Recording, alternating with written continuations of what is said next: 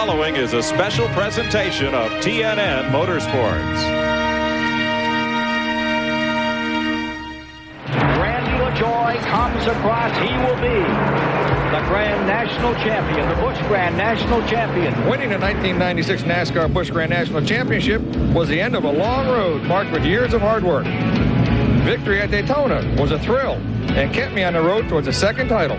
It won't be easy, as the road is detoured by many new challenges, especially today at Rockingham. LaJoie's Northeast neighbors, including Steve Park from Long Island, Massachusetts' Jeff Buller, New York State's Todd Bodine and Mike McLaughlin, and Vermont's Kevin LePage are among the challengers today.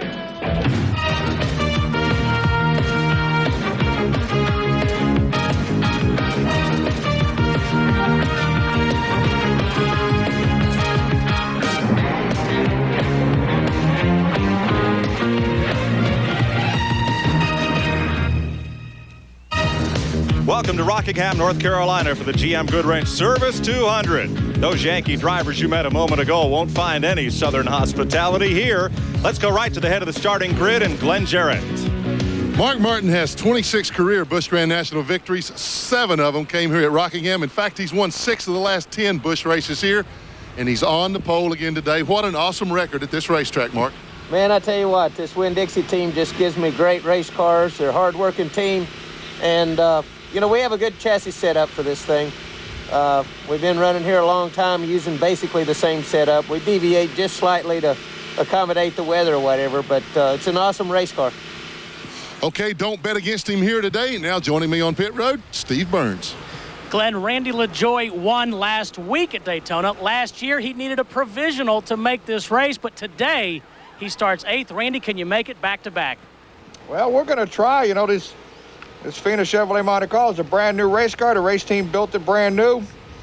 Got a lot of good cars in front of us. I think we just pissed Mark Martin off enough at Daytona that he really comes here and tries hard to kick our butts. But, hey, we'll see what happens at the end of 200 miles. I think we'll give him a race for it. All right, Randy, joining us today on pit road, a man who has raced and won here at the Rock, Chad Little. Thank you, Steve. I'm down here with another young, fine driver. He's on the pole at Daytona. He starts 6th today. Elliot, what do you have anything to prove right now? Well, I'm going to try to be safe. That's the main thing. We don't really have anything to prove. This is a darn good race team, and we're just going to try to be out here and make the laps. The track's a little different from last year because of the tires, so we want to try to be consistent as we can and see what happens. Well, good luck to you today. Now let's go up to the booth and Mike Joy. Thanks, Chad, and welcome aboard. Hi, everybody. Happy to be here at Rockingham with my old pals, Buddy Baker and Darrell Waltrip. Well, Buddy, we're used to coming here to Rockingham, seeing the Winston Cup drivers just whip up on the Busch Grand National regulars and stealing all the money. Sure didn't happen last week. You're going to be surprised how well these guys have their act together. Busch Grand National does not mean they're second to anybody. I think with the notes that they have, the good race cars, and the crew chiefs they have, Busch Grand National guys can give any Winston Cup driver a hard time. Well, maybe almost any Winston Cup driver. Gee, Mark Martin on the pole. What a surprise. Oh, yeah, big deal. You know, Mark's on pole, Mark's leading those laps. See Mark run, see Mark win. I think that's where it's going to go. He's got this place dialed in, and I think Randy hit the nail on the head when he said that maybe Mark came in here just a little aggravated. He didn't have a very good week last week. I think he's out to get a little revenge. I think he's mad, and I think he is going to get even. Well, we're about to find out here with Busch Grand National Racing live at the Rock. Second race of the 1997 season, and we're going to bring it all to you live next.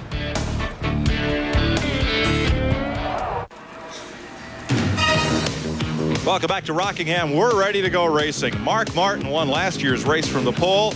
Dick Trickle on the outsides never led a race here. Ricky Craven has his 4th consecutive top 10 Rockingham start. Mike McLaughlin, second last year, is on the outside. Tim Fedewa anchors row 3, and Elliott Sadler, the pole sitter at Daytona. Kevin LePage finished 7th here in the fall race. Randy LaJoie, 7 top 10s in 8 races at the Rock. Glenn Allen Jr. started and finished 31st last week. Elton Sawyer in his 15th Rockingham appearance. The veteran Rodney Combs from West Virginia and Jeff Green had a top 10 last week.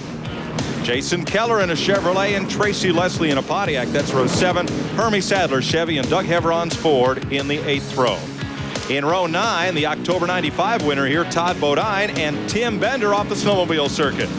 Shane Hall had his best finish here in this race last year, his best Busch Grand National finish, and Jeff Fuller.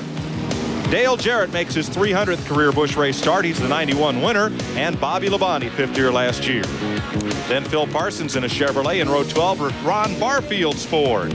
Buckshot Jones, last fall's pole sitter here, along with Randy Porter. Jeff Purvis finished 3rd here in 1996, and Stevie Reeves. Mark Crow, 3rd in the Winston West Series last year with 1 win. Comes east along with Steve Bark, the highest finishing rookie last week at Daytona. Mark Green had a top 10 finish last week, and Greg Sachs in a Chevrolet. Doug Reed, the 3rd from Alabama, and Mike Dillon Chevy. Then it's Johnny Chapman and Jimmy Foster from Florida in Fords. Stanton Barrett and Joe Bessie in a backup Chevrolet to the one he crashed here on Friday. And the provisional starters. Ed Spencer making his 2nd start. He is Jimmy's nephew. And Dennis Setzer in a Chevrolet for a brand new team. In row 21, Joey McCarthy starts his 2nd Busch Series race, and Jeff McClure in a Ford.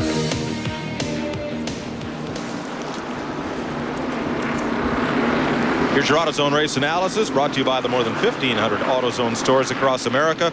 AutoZone, best parts in auto parts. 42 cars start today, and Shane Hall is already on pit road with the hood up in the Lux Food Chevrolet.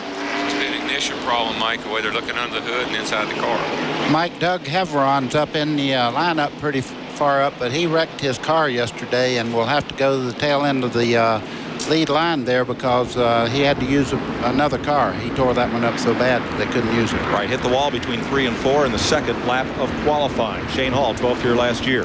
Up on the roof of Mark Martin's car, there's one of our TNN in-car cameras to bring you the views as we see them today. There's Phil Parsons looking over his shoulder in the channel lock machine. And there's the roof cam from Phil Parsons. As they go down the back straightaway, there's a look in the Winn-Dixie Ford of Mark Martin. Once again, the pole sitter here at the Rock. And the view that he sees is best represented by the roof cam on Mark Martin's car. And there you see it as he looks ahead at the Pontiac Grand Prix safety car. And there's bumper cam for Mark Martin, looking back at the rest of this field. Like that separation you see between the first 20 and the second 20, that's to give everybody a fair shot at getting their pit road speed set. So they break the cars up so you're not on top of them. A better tack reading. Stevie Reeves, the Big A Auto Parts entry. Carrying another of our TNN in-car cameras. There's bumper cam. And here are the cars that did not make the field. Mark Crow's brother Jeff, who finished 2nd in Winston West, did not make the show. Stub Fadden's grandson Mike Olson, the Little Trees Chevy from New Hampshire, and Brad Payne trying to make an appearance here at the Rock. Those cars failed to qualify for today's event. All right, Shane Hall going to push start him and help his Chevrolet rejoin the field. Mike is not refiring. You see him pushing there. That crew has gone the whole length of the front straightaway trying to refire the 85 of Shane Hall.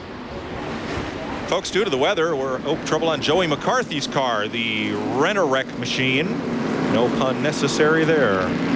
Oh, it's a tough break. Young fella from New Jersey. A bunch of Dover, New Jersey policemen working on this car.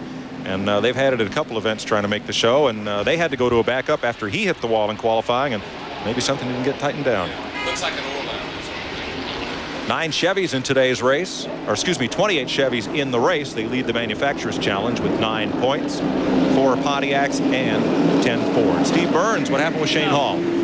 Steve? Yeah, Shane Hall just called into his crew chief, Richard Lassiter, and said that the carburetor just wasn't getting any fuel. They just did get it started. We're not sure if it's going to stay started. Richard Lassiter, former driver on this series from Arkansas. Shane out of South Carolina has a 12th place finish here, and McCarthy looks like it's headed for the back pit road. We've got a lot of action here already. Cars in and out of the pits. I've seen so many cars have trouble with the brake level. And McCarthy comes pit side. Looks like he may put it behind the wall before this race gets the green flag. Randolph, New Jersey driver. And Shane Hall is going around the track very slowly, and another car is stopped in turn 1 down on the track apron. So it looks like, yes, we are staying caution. We're not going to get a start this time. That's Jimmy Foster pulling away. And Buckshot Jones also came to a stop in the Aquafresh Ford. Well, Foster crashed yesterday and had to go to the rear of the field anyhow, and the steering wheel might have been a little bit off center. They pull it off and really line it up to have the steering wheel centered when the race starts. So we'll get another take one on the field. 197 laps today's distance. Unique racetrack, Professor Baker of the Buck Baker Driving School, which operates here at Rockingham. 22 degrees of banking at the south end, 25 degrees at the north end, and very different corners. Well, Darrell and I both were looking at that camera there. That better be an unmanned guy right there going into turn 3, because I tell you what, you get up close and personal going into 3. Let's check with Glenn Jarrett. Well, guys, a lot of the drivers are complaining already about a lot of trash and debris on the racetrack. There is a rag or something laying right in the middle of the front straightaway, about 2/3, 3/4 of the way down. So a lot of trash. Mark Martin radioed in and told Bobby Leslie that, hey, first pit stop, clean the grill. Water temperature is already up to 190. So a lot of debris and trash blowing around out there. It's a windy day. And it's a cool day here. The temperature did not get up. They've had 3 straight 70-degree days, which in this part of North Carolina for February, that is a record. Today will not be one of them. Kind of like Sunday at Daytona was a little cool, and Monday was a beautiful day. But oh well. We're going to go racing this time by. Mark Martin is on the pole. Dick Trickle, who had a shot to win last week at Daytona, is alongside. Looking from Phil Parsons. And we'll look for a start of the GM Goodwrench Service 200. Second race in the Busch Tour for 1997.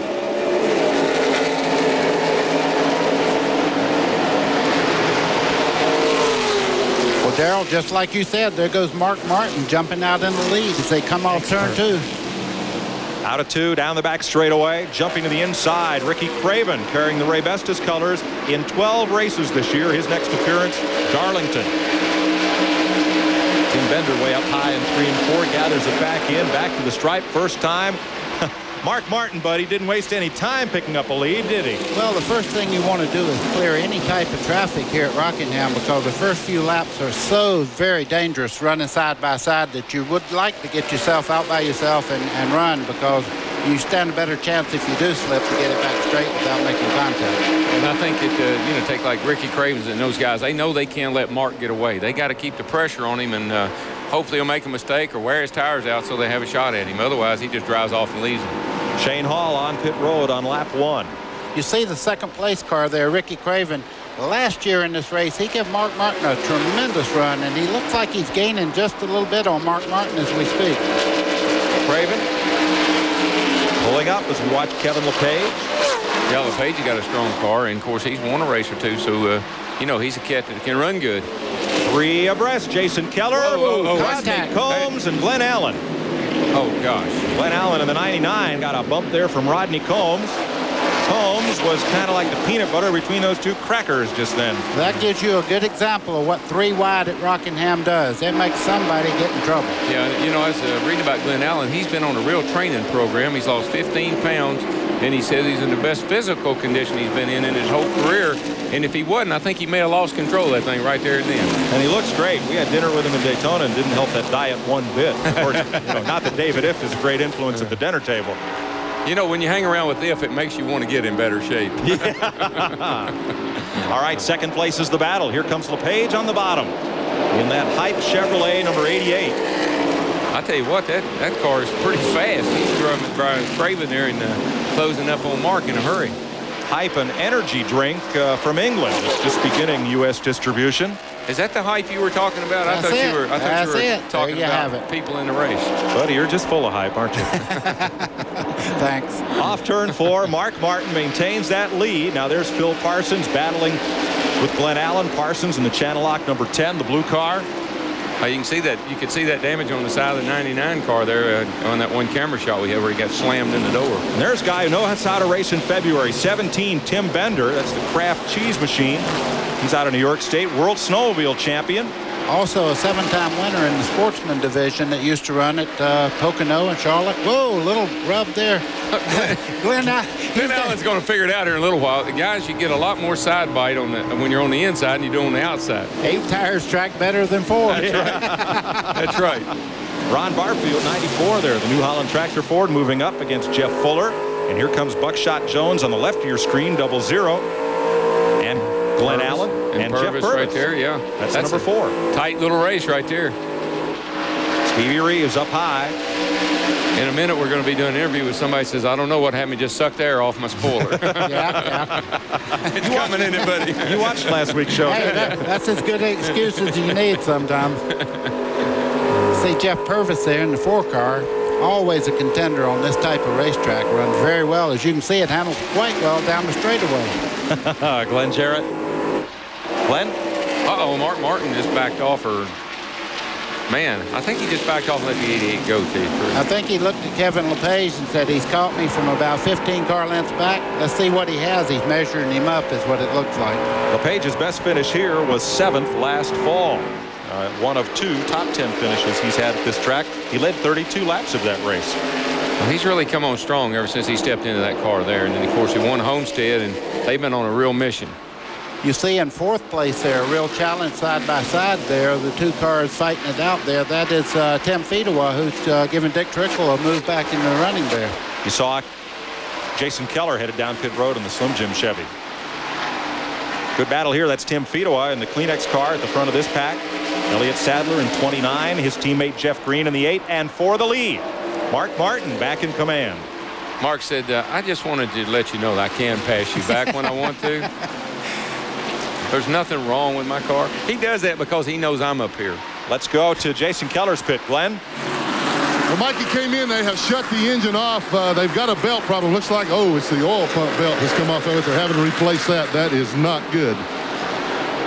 No, he'll be saying in a minute, I don't think I heard it, but he probably did. You know something, a lot of times, though, a cagey driver like Mark Martin, he'll see LePage running a little bit faster, and he'll run 1 lap behind him, see where he's running on the racetrack. That's what smart drivers do. You know what he did, buddy? He just deflated that young man's ego. That's exactly what he did. Yep. All right, 12 laps are complete. Mark Martin leads the field here. Kevin LePage runs in 2nd, and Ricky Craven is 3rd at the Rock. We'll be right back.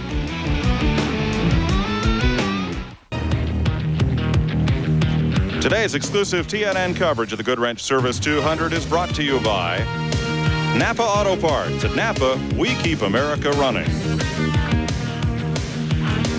Welcome back to Rockingham. Mark Crow out of Azalea, California. He and his brother both came here to try to make this race, and Mark had trouble in practice, put 1 car into the fence, and he just spun coming off turn 4. Yeah, I looked up, and he actually, the back end came out on the car, and he started fishtailing and then lost the thing head on into the fence. Took a pretty hard lick, but fortunately nobody else got in it. Mark is okay. The brothers finished 2nd and 3rd in the Winston West Series last year. Let's show you what happened. Well, this is kind of after the fact here. He's already been in the fence, but back up in the middle of 3 and 4 there, he lost the back end. It's come around on him, and he tried to save it, and it turned into the fence and hit the right front into the outer retaining wall there. But I think he's all right. I don't think it was the kind of lick that's going to hurt you. It just hurt his feelings mostly. No, he's okay, but out of the race.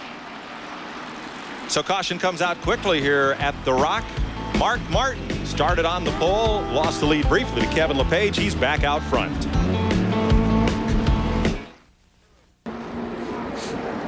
Welcome back to Rockingham. We're under caution. Shane Hall behind the wall with the hood up. Jason Keller just coming back onto the track after an oil pump belt replacement.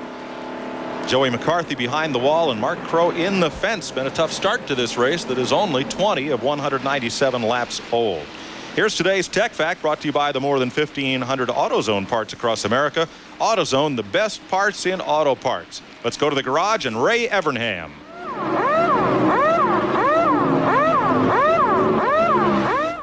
If you've watched NASCAR Winston Cup racing, you'll know that sometimes races can be won or lost on the last lap by fuel mileage.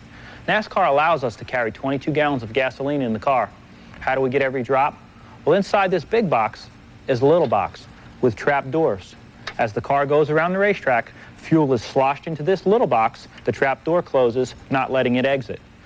Even if this big box is empty and there's still fuel in this little box, the car will keep going. There's always enough fuel in this little box for about 1 more lap.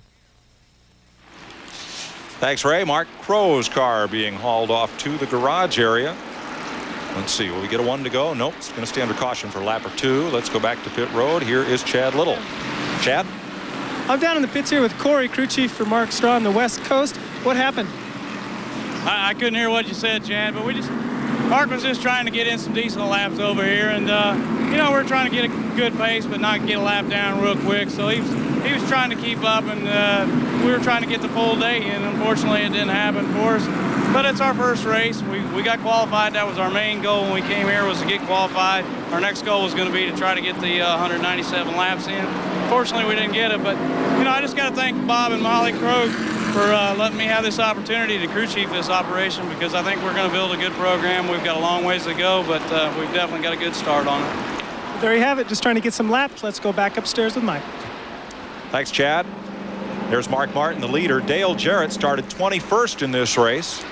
White Rain number 32. That's a Ford, of course, and he is up to 9th. So these Winston Cup guys, I think Randy LaJoie was right. They all got mad at Daytona. Well, I think what's happening is these guys also have been on the racetrack this morning. And I think that's an advantage that some of the Busch guys don't have, so they know the track conditions.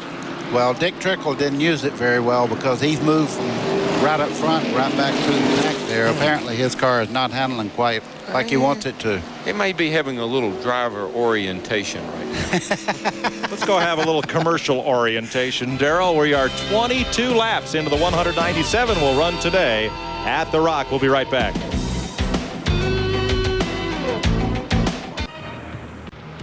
Welcome back to Rockingham. Couple of pit stops here. That's Stevie Reeves you're watching from as he makes a stop for tires. Jeff Fuller is also in.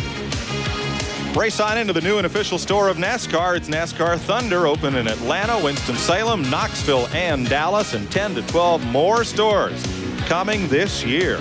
Look for one in your area. Let's show you another look at what happened to Mark Crow, and we'll get Professor Baker here to apply his expertise. Well, you can see Mark Crow just coming in the corner there. He loses the back end, lets off the brake, and it shoots him straight up the hill there. What happens? You feed into the slide, you turn into it, and then let off the brake because you think you might have it back, and about that time you realize I should have locked her down and slid her down to the bottom instead of going to that outside wall. It's called whooplash. Whooplash? Whooplash. She whooped NASCAR as a second language, as taught in Franklin, Tennessee. Whooplash. Whooped around on him. Steve Burns. Yeah, Jeff Fuller's pit stop looked kind of ordinary, but he radioed in and said that the engine was running hot. The water temperature was up to 220 degrees, so they removed tape from the front end of the grill. Fuller had a potential top 10 last week in Daytona, but a brake caliper on the left front broke and flew up through the hood. Thus, he was able to finish the race after a pit stop for repairs and to close off that brake line. Let's go to Glenn. Well, guys, just to update you on what today's tire rule is, they started the race on a fresh set, and they get 3 more full sets under caution. So that's 4 tires per position. This is a little bit softer tire than what they've run here at the past at Rockingham. The wear has not been quite as good as what it was in the past. We've seen them here in the past run the left side tires the whole race. But Mark Martin's crew told me that they wanted to change tires every time they could after, say, about 50 laps. So you'll see some guys shucking some tires here pretty soon. Jeff Fuller come in just a few moments ago into the pits. The reason, too much tape on the nose of the car was running too hot. So they come in, pulled it off, and he's back underway again. Put some tail into the lead lap, however. We'll get a take 1 on the field. Mark Martin, your leader. Ricky Craven in second. Ford and Chevrolet. Riding with Phil Parsons there, right behind Todd Bodine, last week's second place finisher in Daytona. The Gargoyles 300. Yeah, Todd did a great job in that car, you know, first time with that team, and I know he and Mike are really anxious to get the season underway. They think they'll have a great year. I think they will too. I mean, you know, that's a good thing about having 2 cars. One finishes second, the other one had trouble, but some days you'll have a Hendrick finish 1, 2, 3. So one day that could happen. It could happen. You gonna have a second car one of these days? Yes, I am. You want to know who's going to drive it? Yeah. I can't tell you. Let's go racing. Green flag. Mark Martin hauls him off down into turn 1. Ricky Craven in second. Kevin LePage in third. Single file back to about 14th position where Rodney Combs gets side by side with Glenn Allen once again. Boy, pass for the lead. Look at Ricky Craven. Along comes the 88 car there. I'm telling you. You know, Mark may not have gotten his tires cleaned off real well. You know, he's been riding around under caution area a good bit. Could have got a little build up on the tires, and the car just pushed off that corner. Side by side, the 2 white cars, the Diamond Ridge Racing Machines, and Jeff Green slides in front of Elliott Sadler, his teammate. Tim Fedowa in 33 right behind. Let's go to Jeff Green's pit. Steve Burns. Hey, Mike, Jeff Green made a change this morning that may really help. They changed shocks. I talked to several Busch Grand National crew chiefs, and they said they were really struggling with the handle on these cars. The shocks and air pressure are going to be keys to how they handle. You can see Todd Bodine there in the 36 car. He's not having any problems whatsoever. Right down against the white line through the corners. Shane Hall and Jason Keller back in the race. Darrell, you've been out there in practice this morning. Has this track changed from last fall? Well, every time we come here, the track gets a little looser, if you will. It's losing more and more of its grip, and Goodyear keeps changing the tire, trying to keep up with that. And that creates some problems for a lot of guys, too. Because when they change these radial tires, it has a dramatic effect on the handling ability of these cars. These front two cars right here, Ricky Craven, you can see right there that Mark Martin's not out there on a Sunday ride. The back end of that car kicked out coming off turn 2 just then. He's driving the wheels off his thing, but there's a guy right behind him that's flying. If you'll look at the 74 car there, LaJoie is really moving in on the front two cars. Yeah, you see, the thing about Mark is, I know at past here, his cars handle better when he's out front. He doesn't like to have somebody right on his back bumper. Well, he's got Ricky Craven there now, and Randy LaJoie, the Daytona winner, the defending Busch Series champion, closing in. That would worry me. Rumors of strife last week on LaJoie's team. He signed the contract. They had a big discussion between he and Bill Bumgarner and Steve Byrd, and everything is okay there. And they're all set to go for 3 years. They're also all set to go to the lead here, I think. He runs awfully well on these mile racetracks. They have a real good setup. I know at Dover he won there, and I believe he could. I think he's got a car that could run with Mark Martin. Wouldn't that be something? Last year had to take a provisional here, his only one of the year, and here he is running right to the front. Let's check with Glenn. Mike, I hate to contradict you, but I saw Randy just before the race. I asked him about that, and the report that we got he had signed is not true. He has not signed it yet.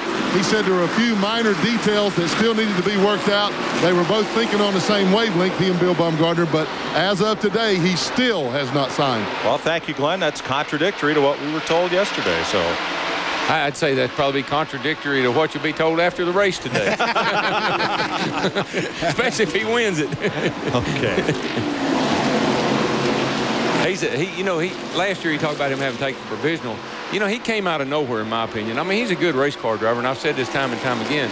But in a year, he has matured so much, and he's so good in the race car now, and he really does use a lot of patience that he didn't used to use. I think you have to go to Steve Byrd on that. I mean, the guy has had 2 champions already. The late Rob Moroso, he was the crew chief on that particular car when it was really burning up the racetrack. Randy's lucky enough to have a guy like Steve Byrd as the crew chief. Looking back from Mark Martin at the front of the field as Randy LaJoie closes in and brings Ricky Craven and the number 2, the Ray Vesta Chevy, with him. Now, Jason Keller went back behind the wall. Apparently that oil pump belt did some further damage. Boy, I tell you, there's some close racing going on all around the racetrack right now. All the cars look like the handle might be going away just a little bit on them. For the people out there that hadn't watched Elliott Sadler run this year, he's up to 4th place there. He was the pole setter. The car has absolutely nothing on it, but what a great run he's having. Yeah, that's Team Monte Carlo, as in Chevrolet. Good battle here. Kevin LePage, now he's sliding up the racetrack.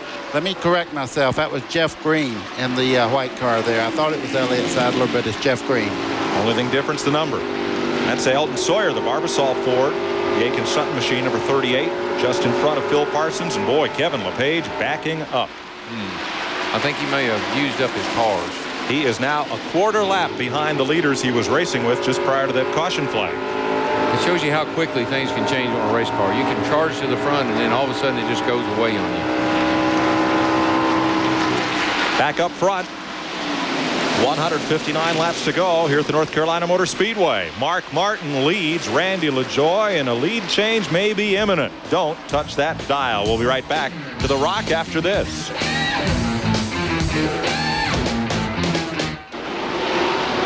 Welcome back to Rockingham. That is Kevin LePage's car. The left side is a mess, and the right rear tire is down. Mark Martin, under green, came to pit road. He had a tire going down, and here's what happened just up behind him. Yeah, it looks like the 4 car got sideways and the 3 car tried to miss him. 88 gets into the 4 car and there's nowhere to go. I'm not sure what caused all that. It looked like the 4 car got loose first. So they waved Mark Martin on past his pit as the caution came out, and now the leaders are all on pit road. The champion gets his first choice of pit still in the Busch Series. So Randy LaJoie is down at the far end. Billy Nasowitz and crew going to work on the Fina Chevrolet. The 4-tire change and fuel. See, Martin was going to lose a lap, but now he just loses some positions. Glenn is there. Well, I'm in Mark Martin's pit, guys, and he's come in. He was just going to get 2 if he had to pit there under green, but now, since it's under caution, they will take 4. That's what we're seeing all up and down pit road here. Everybody taking 4. As quick as I can, I want to get a look at Mark Martin's tires. I want to see what kind of wear they're getting. Dale Jarrett, several others were complaining of tires going down, so I don't know if we got something on the racetrack or whether they're just wearing through. The race off pit road, won by Randy LaJoie. Chad Little. I'm down here right now with Kevin LePage. Kevin's got a lot of damage on the left side of the car. Kevin, what happened? A couple cars in front of me started spinning. I think there was oil on the track. Somebody either lost an oil line or a motor. It's too bad. The Hype Chevrolet was running up front. We just got in a position where we're just going to ride for a while. And I thought I had it missed, but I think one of the cars come off the back of the banking and hit the back of the car and turned me in the wall. Well, I tell you, Kevin LePage was being patient today. He's got it taped on the front of his dash. Let's go to Glenn Jarrett. Glenn? Well, guys, here we are. We're in Mark Martin's pit. I'm looking at the tires. So far, they haven't found the tire that was down. They were certain, Mark was certain that a tire was down, but so far they have not found it. Steve Mill is down here, and he's talking to Mark on the radio right now. So we still haven't found anything. All these tires seem to be up. I'll dig a little deeper, see what I can find. I think what the problem is what LePage said. There's oil on the racetrack. I think somebody must have been losing some oil. Mark thought he had a tire going down. You heard him say that maybe Dale Jarrett even thought he had one going down. We got this spin here. Somebody must be losing some oil on the racetrack. Well, buddy, something I heard once, is it true? The leader cleans the racetrack for everybody, whatever's out there. Well, if you happen to be the first car that goes through the corner after somebody's losing oil like that, you turn to go in the corner and it takes off just like the tire's going flat, you don't second guess. You come in and check. A break for Mark Martin because he did not lose a lap when that happened. He went sailing through pit road and back out. Here's another look at it. Yeah, you see those cars. The 4 was real high, and that's Purvis, and the 3 car there, Steve Park, and here comes the 88, Kevin LePage, and nowhere to go. And it looked like maybe with some oil on the track. What do you think, bud? Well, you could see the cars when they started in the corner. You wouldn't just lose control like that, especially somebody of the quality of Jeff Purvis. You could see him start in the corner. His back end broke loose. Just behind him, Steve Park got sideways, and Kevin LePage, he was along for the ride. He got tagged by the 2 cars coming down the racetrack. Behind the pit wall is Kevin LePage. Steve Park's crew here continues to make repairs. And Jeff Purvis is back out on the Speedway. We'll be back to Rockingham after this. Back under green at Rockingham, Randy LaJoie leading Jeff Green. Mark Martin's fought his way up to 3rd. Mike McLaughlin is in the 4th spot. Stevie Reeves with the leader coming off the caution. He had stopped on the prior yellow flag, but he's being shuffled back a bit. Look at this race for the lead right now. Jeff Green in the 8 car is really looking Randy LaJoie over high and low as they come down the front straightaway, Mike. They have opened up quite a distance on the field. Although Mark Martin's broken away from McLaughlin and is beginning to run down those 2 leaders. Boy, Green is fast. Big time fast. Here's Green down to the bottom of the racetrack. He wants the lead. Takes it going into turn 1. Boy, the guy that can hook that left wheel off of that 4th turn down on that white line, I mean, it makes such a difference how you get out onto the straightaway. For all the passing, that's where Mark's so strong. Jeff Purvis and Steve Park back on pit road repairing crash damage. Look at Mark. Well, maybe you can't see. Sorry about that. He's coming. Sorry about that. Look at this package. Just pull it out in front of it.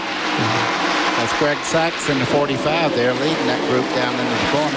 The fellow who drove that car, Mike Laughlin Jr., very much on the comeback trail, buddy. Yeah, he says he's going to be back by April. That's a good sound, because I tell you what, last that the people watching the Busch Grand National race watched Laughlin get out of that car, and he was some kind of burn up. But Laughlin will run some Busch North races this year beginning in April. Now here's Reeves getting passed by Elton Sawyer in 38 and Elliott Sadler in 29. He took the restart up front but has drifted back. Yeah, well, he was kind of out of sync with everybody, which, you know, sometimes pays off. Right now he's not on fresh tires as everybody else is. Reeves. I was just looking as they fight through here. That's Buckshot Jones in the 00 there. He really is hanging low on the racetrack and making some nice moves up through the pack now. That's Tracy Leslie in the 63. Just started out driving this car this year. Yeah, he had a good run at Daytona and, you know, pretty good shape here today. Buckshot Jones, pole sitter here last fall, ended up with 3 cracked ribs and a broken toe. That car that he wrecked here is now one of their show cars. This one's a brand new one. Mark Martin for second place. He's got it on the low side. You saw him take it from the in-car camera, and he beats Randy LaJoie down into turn number 1. Mike McLaughlin now coming up fast, and with him Dale Jarrett. Yeah, Mark made a power move off of turn 4. He just really gassed it up and drove right under Randy. Right, this comparison in speeds, 3 miles an hour faster than the leader his last lap. Every now and then, if you watch Mark's car on the left side, every now and then you'll see a little fire come out the tailpipe. It's a pretty good indication of how far down in that corner he's driving that car, because when he backs off the throttle is when the fire will come out the tailpipe, and he is carrying that thing in there a ton. But for the viewer at home, you think that might be a problem. That's unused fuel in the exhaust pipe, and it lights up like that. So it's not a problem for Mark Martin. Yeah, we always said they were building a fire in it. He's got a pretty strong one in there right now. He's stoking her pretty good. Well, Chad Little can give us a little more insight into that last caution flag. Chad? Well, I was down here talking with John Irvin, crew chief for Dale Jarrett, and John just made the comment that both Dale and Mark Martin radioed in and said, I think I have a right front flat tire. Maybe they felt that oil on the track before that wreck happened. And, of course, that brought Mark to pit road. He sailed on through and stayed on the lead lap. Buckshot Jones has just cleared that whole group, including Elliott Sadler and Colton Sawyer. Now, Buckshot's running good. Puts him up at the lead of the second pack. Mark Martin trying to chase down Jeff Green. It's just about 1 second between them. Randy LaJoie third, Mike McLaughlin fourth, Dale Jarrett in fifth, Phil Parsons now up to the 6th spot. Parsons started 23rd, and he's up to 6th. Just watching the 74 car there of LaJoie, he seems to be able to keep up with Mark Martin, but when he's out in front of him, Mark can run him down just like you wouldn't believe. So it seems that he runs better behind the car than he does out front. Now here's that second pack headed up by Buckshot Jones. Yeah, there's a big crowd of good cars right in there that are all racing really good just behind the leaders. So these guys are still in the hunt. Be interesting to see them go green long enough to see what tire wear is going to do and how that will affect the cars overall. That's Randy LaJoie's strong suit, I think. I believe the reason he can run with Mark is because the longer they run, the better Randy gets, and I think the worse maybe Mark gets. Well, let's check with Buckshot Jones' pit. Let's go there. And we talked about adjustments that these crew chiefs were making. Buckshot Jones crew chief Ricky Pearson told me this morning they were going to Campbell.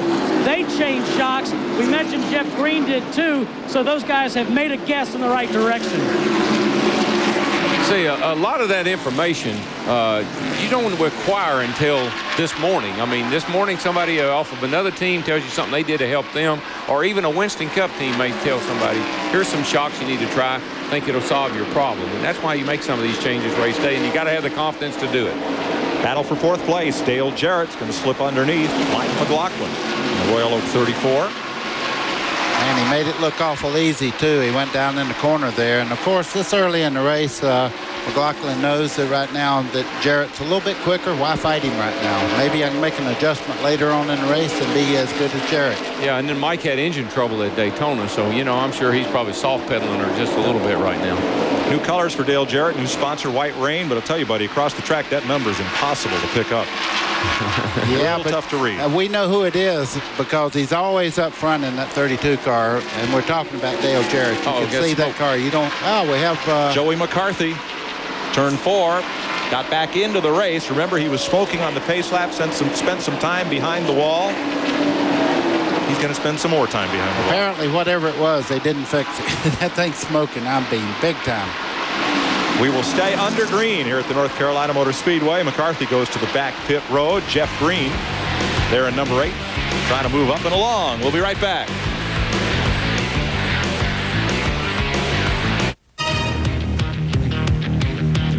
TNN Motorsports exclusive coverage of the Goodwrench Service 200 is brought to you by the more than 1,500 AutoZone stores across America. AutoZone, the best parts in auto parts. Daryl, if you get any more fidgety up here, sitting here turning left, I'm going to call Simpson and get you a set of harnesses for this seat. But look, Mike, I mean, we got a wheel. This is the race for the lead. We got about 5 cars up here, and, man, they're going every which way. A lapped car, Jeff McClure, held up the leaders and produced this pack. Oh, boy. They did that, but while we were talking, there was a change for the lead. Mark Martin's back out front again. He went by Jeff Green down the front straightaway. And now he's got traffic in front. Jimmy Foster moves over to the left. Doug Reed just in front of him. Martin drops low on the racetrack, almost ran out of room. Boy, I tell you, it's a good thing he's handling good down on that white line because he had to use every bit of it. Jeff Green pulls right back to his rear bumper. Yeah, they're having a heck of a race for the lead there. Mark did chase him down, but it ain't over. See Jeff Green there coming out of the corner. That car is tracking very well, but just behind them, Dale Jarrett's moving into this.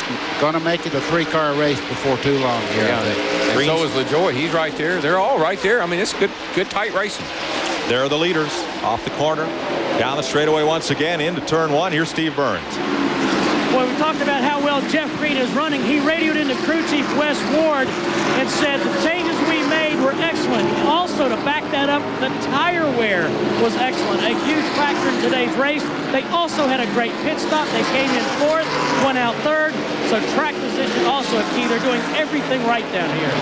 Here's your Napa running order brought to you by Napa Auto Parts. We keep America running, and at the top of the screen, you'll see how they're running. Jeff Green's 97th Busch Series race. 3 second-place finishes, looking for that first win. Yeah, and there's a guy that I know can drive a race car. We've seen him do it in other series. I saw him do it in ARCA. I saw him do it in Owensboro, Kentucky. He didn't have the best of luck driving Earnhardt's car, but I think the Intimidator intimidated his own driver there. And I think Jeff Green's a cat that's going to win some races this year. He's now with Diamond Ridge Racing and Gary Bechtel. He's got rookie Elliott Sadler as his teammate. Sadler on the pole at Daytona, had a strong run, and Jeff Green got a top 10. In fact, 2 of the Green brothers, Jeff and Mark, finished in the top 10. Mark's another. Those Green boys, they got it. I'm telling you, they can drive race cars, and let me guess where they're from. They're up here in Kentucky. Owensboro? Owensboro, yeah. They eat a lot of barbecue and drink that water out of the Ohio River. Must be the water there, buddy. Must be. They go over at the Moonlight and get that mutton. Makes a big difference. 73 laps complete. Hey, just ask Leroy. He'll tell you. He's sitting there right now, probably got a big old mutton sandwich eating on it. 124 to go. Culinary expertise from Mr. Waltrip here. I want to say hi to Daddy, by the way. He's home, and he's getting a little bit better, and I know he's feeling better because he was arguing with me last night. Well, that's a good sign. When I didn't qualify very good, he wanted to know what was wrong. What'd you tell him? I told him the crew was all messed up. Fire the driver. 123 laps to go. See Professor Baker. He'll give you some tips on getting around here. Let me tell you, I know the advantage of owning your own car. That's why you're sitting here. It's big, isn't it, buddy? You can get out of that car and say, y'all need to do something, and they know what you're talking about. Mark Martin in command here at Rockingham. Now, that's no surprise. He has had such success on this racetrack. 3 poles, tied with Dale Earnhardt for the most. Won last year's race from the pole. He's also on the pole tomorrow for the Winston Cup show. Well, you're looking back from Mark Martin's car, and you can see Jeff Green is just about to get overhauled there by Dale Jarrett. He's moving in. That's the 3rd car you see right now. The 2nd car actually behind Mark Martin here, but he's moving right in on the tail of the car number 8, Jeff Green. Those cars look like little bitty cars to Mark. You barely can see them. We tried to find you a chromed headset for today. But John McKenzie, the fellow owns Motorsports Designs, he was a very, very tired-looking man in the garage area. He says it takes 48 hours of work to do the vinyl chrome on the car you had at Daytona. Yeah, and I had more fun with that car, but let me tell you why. Everybody said, how'd you paint it? I know you painted it. One guy even said, I know how you did it. You took it apart, you chromed it one panel at a time, and you put it back together. So, I'm not sure how they did it. I wasn't there. It's chrome to vinyl. Don't ask me how. Dale Jarrett moves up on Jeff Green. We're about to see a change of position here at 2nd place. Green in a Chevy, Jarrett in a Ford. And they're going to pull down on Randy Porter. The UniFirst uniform's 48. Gives him plenty of room up there in turn 2. Boy, Jarrett gave Green plenty of room. Yeah, Jarrett got hung up there and lost about 5 car lengths on Jeff Green. And that'll let Randy LaJoy, Mike McLaughlin, and Phil Parsons close in. I'm looking for somebody to start running that Harry Gant line. I think that would work. Harry, come back. The guys are moving. You notice a lot of the cars are middle of the racetrack. Before this thing's over with, they'll be up there in that high line. And old Harry used to just rub the paint off the side of the car right here at Rockingham. Look at Phil Parsons, already up to 6th and doing quite well. You can see the car coming off the corner there. Phil Parsons running a very straight line, and just in front of him, that's for position, just in front of him, Mike McLaughlin. You know, I love Phil Parsons. Let me tell you why. There's a guy that got kicked around a good bit. But he went out and he said, look, if I can't drive somebody else, I'll just fix my own deal and I'll drive my own car and do my own thing. And it's paid off for him. He has done very well in that car, and he's doing his sponsor proud. He has done well with it. Kevin LePage is back on the racetrack. Lost a lot of laps back behind the wall, repairing crash damage. But Jeff Purvis and Steve Park, the cars involved in that incident at lap 41, are all back on the racetrack. Mark Martin's getting held up in traffic once again. They were too wide. Stevie Reeves and Johnny Chapman in the 89, and Mark lost a good bit of time getting past them. Here comes Jeff Green, right side of your screen. He's going to work the low side and be right on Mark's bumper when they get to 3. See, Mark is so fast and he's handling so good that those guys can't get out of his way fast enough. And it really gets him in trouble more than it does them. Look at this. Boy, it makes for good television, though. You can see Jeff Green there in second, really right back on the back of Mark Martin's car. And there comes Dale Jarrett on the bottom in the 32 car. Now, those 3 have left the second pack, which is headed up by Randy LaJoy. LaJoy in 4th, McLaughlin in 5th, Parsons in 6th. Buckshot Jones in 7th. Elliott Sadler in 8th, having a good run. Elton Sawyer 9th and Tracy Leslie 10th. Handling is really starting to become a factor on a lot of the race cars. The good ones are still up there going strong, but some of the mediocre cars are starting to really struggle. And here comes Stevie Reeves down pit road. You know, he's out of sync on pitting, and he just had all he could take. Well, the reason for that is for the person that's just joining us for the first time. The tires are getting worn down. Fuel load's getting lighter. The cars right now, you can see the black part of the racetrack's getting a little oily, and the cars really move around quite a bit. Yeah, but you can see in that shot that we were just looking at, you can see the rubber along the outside of the racetrack. That tells you how much the tires are wearing and how much the rubber is shedding. If you get out in that, buddy, you're in big trouble. That's the no-go zone up there. You're looking back from the leader at Jeff Green, who comes right up to the rear bumper. Hello. And here comes Dale Jarrett trying to capitalize. He's going to have room on the bottom. Yeah, there was a deal where Green had to get out of the gas a little bit and open the door for Jarrett. Whoa. Whoa. They come in there real quick on Shane Hall as they went into that corner, and I thought there's not room for 3 cars there, but they made it. Some of these shots make me nervous. Dennis Setzer caught up high, the Mark III Financial. Chevrolet will lose a lap to the leaders, and they're all right back together again. Here we go. The question is, how strong is Dale Jarrett? You can see that he has moved up through the field, and he's running second place right now. The car looks very, very stable getting into turn 1 there. 28 Busch race for Jarrett here at Rockingham. 1 win, 10 top 10 finishes. Second here last fall. Let's check with Chad Little. Well, I'm down here in the pits at the Stanley Pontiac, and I was talking to Clyde McLeod, their crew chief, about what Todd is saying. He says the car's a little loose. And look who I found in the pits. It's Brett Bodine giving his brother any. What's your brother said? Can you help him out any? Well, the car's a little loose right now, Chad, but hopefully this next tire change, they can make some adjustments to get better. Brett, you ran these tires in the Winston Cup car. How are they wearing in the Busch car? You said that laps would slow down about a half a second. What's he saying about tire wear? Well, the tire wear isn't really that bad. They just got a lot of give up. You know, they just seem to give up an awful lot in a hurry. Then they go in stages. They level off. Then they drop some more. It's just a guessing game on when you need to come in to get some fresh tires versus your gas. Well, there you go. Sometimes he gets the help of the big brother. It might bring him a win today. Let's go back upstairs. Well, Brett Bodine this week did something else that I think was really great for his sponsor. A close call on his Winston Cup car. He said, we need somebody to help out with public relations and represent the company and represent this sport to the people participating.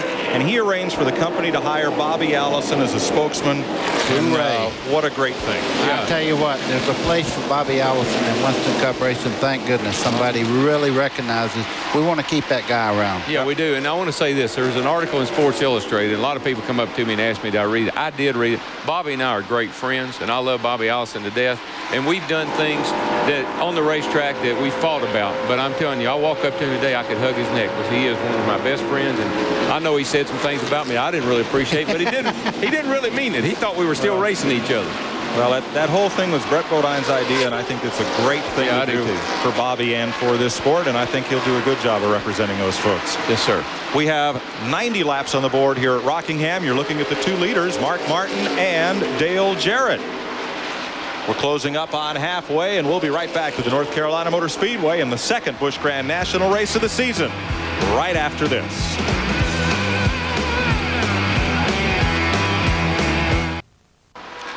We'll be halfway in a couple of laps here at Rockingham in today's Busch Grand National GM Goodwrench Service 200. Coming up right after this race, the second installment of our brand new series, NASCAR Garage. We'll take you behind the scenes of NASCAR racing here on TNN immediately following our telecast of the Goodwrench Service 200. Dale Jarrett has got to put something on the front of that car that lets people know that that's Dale Jarrett in there, because one guy just took him to Hamlet and brought him back off turn 2. I mean, that's 11 miles from here, folks, but I guarantee you he lost a lot of time to Mark Martin. He was right on his back bumper and could not get by the lap cars. In defense of those guys that they are lapping, sometimes the leaders will get by you, and then all of a sudden you realize you can run as fast as they can, and if a caution comes out, you do want to be in a position to maybe get a lap back. So as annoying as it is, and buddy, you know what I'm talking about, you still got to hang in there and be as tough as you can, as long as you can, in case you catch that caution. Yeah, but you know, when the lead car is in, and you've probably done this like I have, you work so hard to get to the lead car like that, and have one corner where it knocks you back a whole straightaway. Oh, yeah. You've lost what you worked for 30 laps. Sometimes you get pretty angry. Well, once the leader passes you, I mean, there's no excuse for holding anybody else up, because if you can't race the leader, it doesn't do any good to hold a second place guy up. We're going on a field trip. Remember in third grade when you did that? You went to the bakery or the bottling plant or something like that. Well, yeah. We're going to go all the way through the field and try to show you where your favorite car is, as we've just passed halfway. And we gave you computerized NASCAR timing and scoring as presented by MCI. Have a look back through here for a lap or so, and look at that grandstand. It is packed. Biggest Saturday race crowd ever here at Rockingham as Mark Martin puts a lap on Mark Green in the Timberwolf car. That's a nice illustration there. Yeah, it is.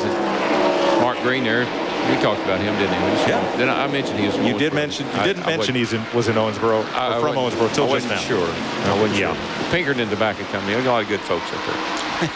Well, now that you've been on your field trip, Darrell, there will be a quiz and homework for tonight. Yes. And a mutton sandwich. Yes, with pickle and onion and a bowl of burgoo, please.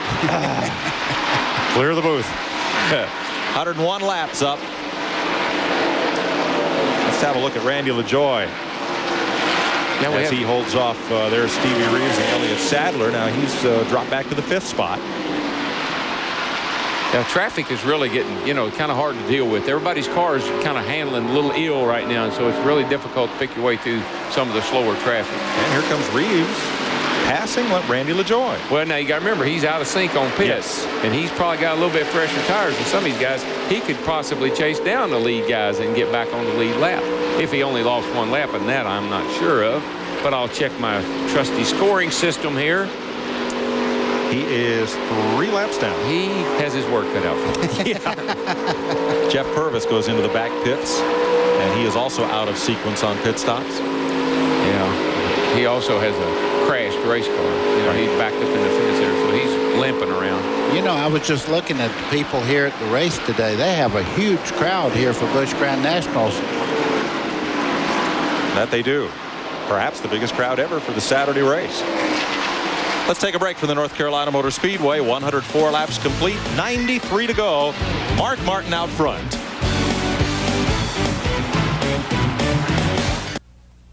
Brought to you by Gladiator and Universal Luxury Vans, the official vans of tracks, teams, and drivers throughout the NASCAR world. Call 1-800-445-2825 for a dealer near you.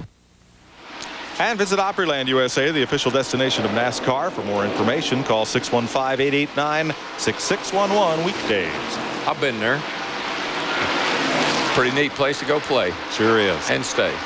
Here is Phil Parsons getting past Randy LaJoy. The report from Randy LaJoy's pits, no problem. Still working on strategy when we might pit. Rodney Combs has just brought the Lance Snacks Pontiac on pit road for 4 tires under green. So this may be the start of a run of green flag pit stops first today.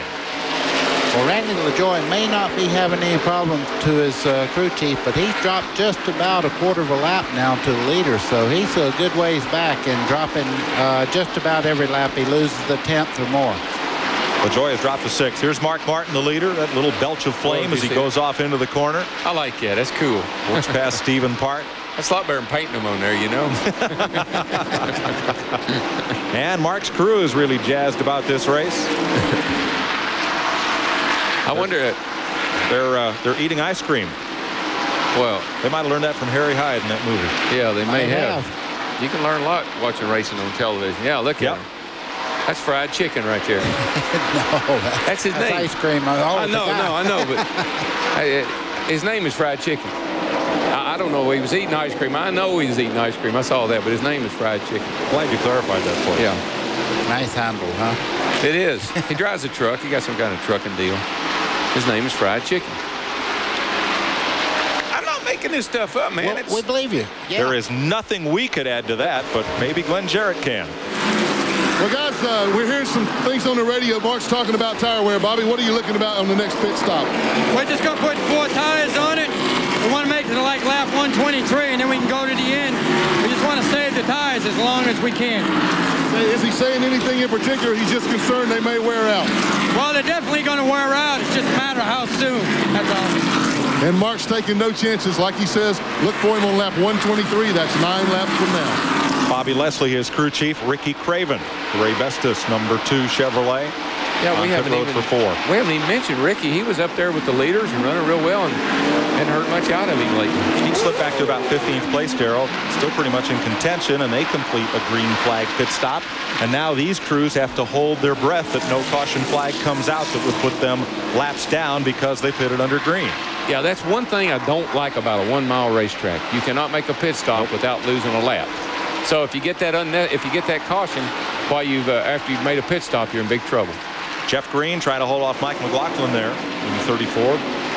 Jeff Purvis back on the racetrack. Crash damage, more or less repaired. The lead teams will be watching Craven and really keeping a time on him every lap to see how much he's gaining on the lead cars with fresh tires, and they'll really decide when they're going to stop by how fast he is after he changed tires just now. Well, we got a car going high there. I think that's Purvis. Jeff Purvis went straight up the hill. Boy. His old car's already torn all to pieces, and he's fixing to finish it off. Now, Hamlet is at the other end of the racetrack. We talked about that earlier. That's about 10 miles south of Railroad Junction Point. Is he talking to you, buddy? Yeah. Purvis almost went to Southern Pines on that ride up the banking. I just know where Rockingham is. I know it's down that way. Let's take a break with 117 laps completed at the Rock. 80 laps to go. Green flag pit stops coming up. We'll cover them when we come back. Well, they've lit a fire under Mike McLaughlin. Boy, they did. He just shot out of a cannon all of a sudden. Got a charcoal sponsor, you know. Oh, is that where they came from? Yeah, that's where they came from. Second here last February, 4th here last October, and he's moved up to 3rd place. Passed Jeff Green a lap ago. There's his car on the left side of the screen, headed for the front. Boy, he is, and I mean, he put that distance between himself and Jeff Green in a couple of laps. So, and of course, the 8 car was wiggling, so that could have something to do with it. That's Jeff Green, folks, in the 8 car. I don't know how a car wiggles. I know how they get to slide around a bit, but I've never really watched a car wiggle. What you got to watch out for is when one of them starts swerping on you. Swerping? Oh, yeah, they'll swerp. All these new terms, Darrell. Yeah. Are you writing a book? Okay, we're going to show you Wiggle. Let's see the Wiggle. This is Wiggle. Okay, here we come. He's 8 cars coming off turn 4. Whoa, did he wiggle or what? Well, that is sliding, folks. The car stayed straight. We're going to do a book, folks. NASCAR as a second language. I think we ought to do this. Somebody will publish it. I think we should. Okay, that's the deal. We'll work on it Monday morning. I know there's people at home that are saying, what in the world are those guys talking about? Well, every time you work with us, never mind. Well, folks, it's nothing. I'm just telling it like I see it. That's all. 73 laps to go. Mike McLaughlin's moved up to 3rd. Former national modified champion of NASCAR. He trails Mark Martin and Dale Jarrett. And Martin may be headed for the pits. The chatter on the radio informs us. Well, and of course, our trusty pit reporter Glenn Jarrett said it was going to be on 123, and we've already went way past that. Don't go there. He's got a bad temper, man. Randy Porter drops Maybe we off the can get an banking. update. And Porter will pit this time. Only a couple of drivers have pitted under green. Rodney Combs was in a few laps ago, and he came out on fresh tires and passed Mark Martin like something was wrong with Mark's car. It wasn't. That's when you start begging for those 4 tires, and actually the crew knows that right now the car is probably not doing everything that Mark would love for it to do, but he's still able. You can see it wiggle there. Yeah, it did wiggle, as a matter of fact. Yeah, I see what you mean. Pretty well gone the limit on the tires. I think we'll be seeing everybody coming on pit road. As soon as Mark hits pit road, everybody will hit pit road. That's it. There's second place Dale Jarrett. And let's get some more pit strategy from Glenn. Well, I can see the headlines now. Darrell Waltrip never been led astray. Mark Martin is waiting on Dale Jarrett to pit. We're monitoring Dale Jarrett's radio. He's waiting on Mark Martin to pit. We're trying to get the 2 of them together. They're both coming in, I believe, this lap, Darrell. And if they both run out of gas, Mike McLaughlin's the leader. I'm telling you, McLaughlin's closing down on them no matter what they do. So he's got a fast car on old tires, and that could be a real benefit to him at the end of the day. That's Jarrett you're looking at from Mark Martin down the back straightaway. You see that white stripe come under that bumper cam. Nope, he's going to stay out. He's not. He's coming in. Martin is on pit road, and Jarrett went on by to take the lead. Buddy, I tell you what, that's a good move to get into the pits. He came off turn 4, and he woed her up and turned her down the pit lane. I think Jarrett probably couldn't, was going to pit with him and couldn't. Ricky Craven's also been in the pits. Let's go to Glenn. All right, this will be a 4-tire change. Bobby Leslie told me they will also put 1 round of bite in the right rear. He just did that, so throw the wrench back over. They got the right sides on. They come around to the left now. The car was working perfectly. Randy LaJoie goes by me. He was begging to come in the pits, and Steve Bird, his crew chief, told him to wait until the 60 pitted. Let's go to Chad Little. I'm in the pits with Dale Jarrett. He's having a routine 4-tire stop as well. The car must be working pretty good. The first time around, they took a couple rounds of bite out of it. They were talking about it, putting some in, and then Dale came back and said, no, I changed my mind. And then he said, okay, let's do it. Then he said, no, I changed my mind. So I think as it ended up, they're not changing the car at all, but 4 brand new Goodyears, and he's getting ready to go right now. Jeff Green, Tim Fedowa, Tim Bender, Phil Parsons, all on pit road. Todd Bodine, Mike McLaughlin, and Dale Jarrett. Buckshot Jones getting service along with Tracy Leslie. Let's go to McLaughlin's pit. Steve? Hey, Mike, you mentioned a minute ago that Mike finished 4th and 2nd here. Last year, this is also the same car he was in. Jeff Fabian changes the front tires. Larry Judd the rear tires. McLaughlin called in and said, let's raise the track bar an 1/8 of an inch. So far, the stop looks excellent. He's done.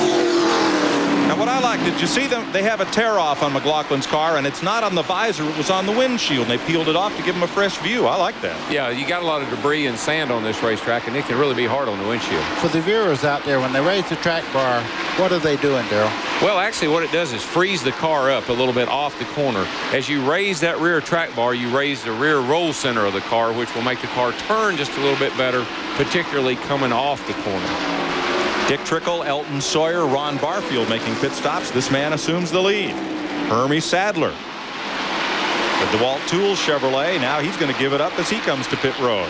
And to follow up a little bit more, buddy, it just shows how sensitive these cars are. A 1/4 of an inch on the track bar is a minor adjustment. A pound of air, a 1/2 a pound of air, a 1/2 a pound of, 1/2 around the wedge. Things used to be in 1s and 2s, and now they're down to 1/4s and 1/2s. Sadler's crew going to work here. Looks like a 4-tire change. Jeff Buckner, the crew chief.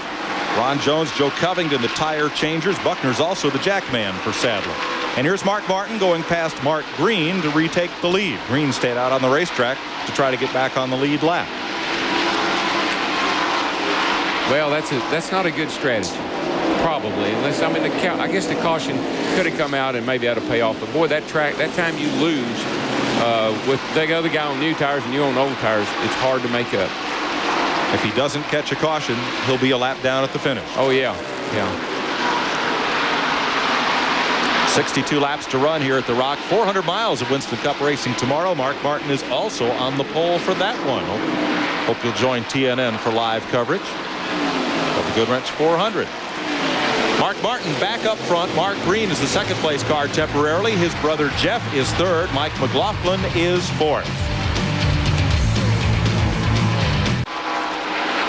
The way this race is sorted out at 138 laps after a round of green flag pit stops, Mark Martin isn't just in the lead, he is in command. Glenn Jarrett? Well, Mark had a 20 3/4 second pit stop, but Mike McLaughlin and Dale Jarrett, who had close to within the same straightaway, just a few car lengths of him before that pit stop, evidently had really bad pit stops because now Mark is over 6 seconds ahead of him on the racetrack. He changed it. He gained over 5.5 seconds on the pit stop exchange there. I think what Darrell said, that great move he made getting on the pit road, might have been a lot of that. Well, he killed him getting in the pits. I mean, he came off turn 4. I didn't even know he was going to pit, and all of a sudden he stopped, turned down pit lane, and he gained at least 5 seconds right there. There's a pit lane speed that you have to maintain. You cannot overrun that, but there's no speed rule when you come off the racetrack. If you run through 3 and 4 wide open and you can get it slowed down to the speed limit, more power to you. Yeah, and it starts at the white line at the beginning of pit lane, so you can run as hard as you can go to there, then you got to be slowed down. And that was the difference. Both McLaughlin and Jarrett had to follow other cars down pit road, and they lost some speed getting into the pits and getting stopped. Now there's McLaughlin with Elliott Sadler going through. Now McLaughlin has a fresh, clear view of the racetrack. Steve Burns can tell us more. And Mike, that's because he has a windshield peel. Now I've seen sprint car drivers have the tear-off visors. Here's what's left of Mike McLaughlin's windshield peel, and you can see it still has the shop rack in it, and it is nasty. That film, that clear plastic film, lays over the windshield on a pit stop. You tear it off just like a visor tear off. Neat deal. Yeah, I like that. Great idea. If you plan to stop 4 times, you could actually have 4 tear-off sheets on there and really keep your windshield just like brand new all the way through the race. That's a great advantage. And see, that's what we were talking about earlier. You got to have it. You got to find advantages everywhere you can. Mark Martin diving on pit road, that's an advantage. This may be a big advantage for Mike McLaughlin, particularly if it was a sunny day and vision was a problem. You're going to be looking for some of those for tomorrow? I like that. I like that. It's a lot better than squinting your eyes up trying to see where you're going. 143 laps down, 54 to go. 400 miles of Winston Cup racing live on TNN tomorrow from the Rock. I'm going to touch one more thing on the windshield. This is the sand hills, and you get a lot of sand pits in a windshield, so you can tear that off and have a fresh windshield look through. No, that's a good idea. I can't imagine why somebody hadn't done it before, but there it is. Here's Elliott Sadler underneath McLaughlin, takes a look, says not this time. And moving up fast, Tracy Leslie in the Lysol Pontiac. Wow, boy, he put a big move on Elliott Sadler there coming off turn 4. Stickers. New tires. New tires, boy, I tell you, somebody ever devises a way not to wear the tires out, which will never happen, but if you could keep fresh tires on, you could lap the field here 3 or 4 times in one race. Yeah, well, of course, the other side of that coin is the guy that can manage the tires the best. And exactly. That comes down to those shock absorbers we've been talking about, spring setup, and then how you drive the race car itself. Chad Little for more. Well, we're listening to you guys talk about tire wear, and I just thought I'd add, we're looking at Dale Jarrett's tires after this last pit stop, and I'm standing here with the Goodyear engineer. These tires are really wearing well. I think that takes a lot of the worry about tomorrow's race because Rockingham notoriously has ate these tires up. Dale Jarrett's tires were within a 32nd of an inch all the way across all 4 tires. Glenn? A little bit of an unusual situation down here in Mark Martin's pit. So you're looking at Buddy Parrott and Bobby Leslie there. You see they have peeled the outer layer off of a tire that came off of Mark's car. What they wanted to do, number one, look at the inner liner, make sure it was okay, but especially look at the back side of the outer liner of the tire. They pulled it off, looked at it. It appeared to look okay. You'll see the camera here showing that's exactly this area right in here. That's the inside of the tire. They wanted to make sure there was no excess heat buildup, looking for the start of blisters. Trouble, turn 4. One car is spun, slides down the banking. That is Tim Bender. He didn't hit anything, I don't believe. I think he just lost the thing. Caution is out. Comes out at lap 148. We were on a record pace. We were set to break the average speed record for this race by 9 miles an hour. Darrell, you can see the right rear tire flat on that particular car coming down pit road. Yeah, I think both right sides are flat. I don't know if it looks like he got into something with the right front corner. Let's see if we can figure out what happened here. Randy Porter. Oh, yeah. They make a little contact. They're getting into turn 3. Yeah, you'll probably see those tires, a little white smoke fly out of them here in a second. Poof, poof. And he just bought himself $1,500 worth of Goodyear racing tires.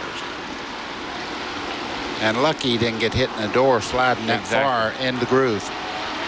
Now let's show you what happened to Ed Spencer III just a second ago. Whoa. Man. I say, Houston, we got a problem. Yes. All right, leaders coming on to pit road. Let's go to Glenn. Well, once again, guys, this will be a 4-tire stop. I don't anticipate any chassis adjustment. Mark wasn't out there long enough that time to see what the car was going to do. They put one round of bite in it last time. This will be 4 tires.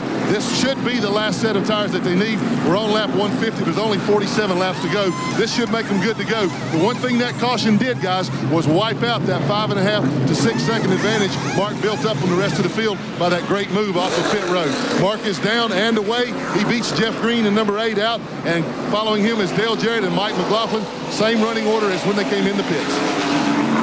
Randy LaJoie will be 5th when we get set for the restart as Todd Bodine completes service on the Stanley Pontiac. We'll be right back racing at the Rock after this.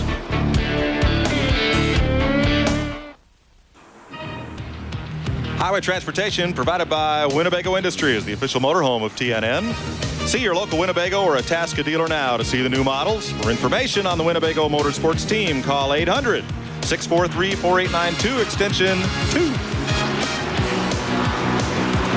Commercial transportation for today's telecast provided by Ryder, the official transportation company for Opryland. Let's go to Steve Burns. Hey, Mike McLaughlin just pitted again. On that last pit stop, he had developed some tightness, so they took some air pressure out of the left rear. Also, Jeff Green came in to take on 4 tires. Let's go to Glenn Jarrett. Okay, guys, the final story on this tire, what they were looking for a while ago. Bobby Leslie told me the reason they cut this thing apart, they were concerned because earlier on we reported Mark Martin and Dale Jarrett thought they had right front tires going down. Well, Martin was concerned that they put the wrong inner liner in the tire, and if it did, it would bump this white space, and the place where they cut that flat place, or where they cut the outer liner off right here, it would have bumped it, made a black mark. As you can see, there was none, so therefore it's the right inner liner. They're happy. Everything's okay. I know we're getting ready to go green here, but let me just explain that a little bit further. When they drop the air pressure down in these tires, as where they get it just to the absolute minimum, then the inner liner will bump the tire. And that's what they're really looking at, to be sure that they haven't dropped the air pressure too low and then tearing up the inside of the tire. You can't see it from the outside, but you can see it from the inside, and that's why guys will blow out tires sometimes. It's from too low air pressure. So that's what they're really looking for. We're back under green, and the field sorts out in the back straightaway. Dick Trickle tried to get a lap back from the leader and was not successful. Mark Martin has taken off like the grocery store is going to close in 3 minutes. Yeah, he's got a lot of traffic, though. He's got a lot of guys after him, a lot of cats following him. Yeah, but he's got somebody chasing him right there. Jeff Green has run him down one time before, made a good race out of it.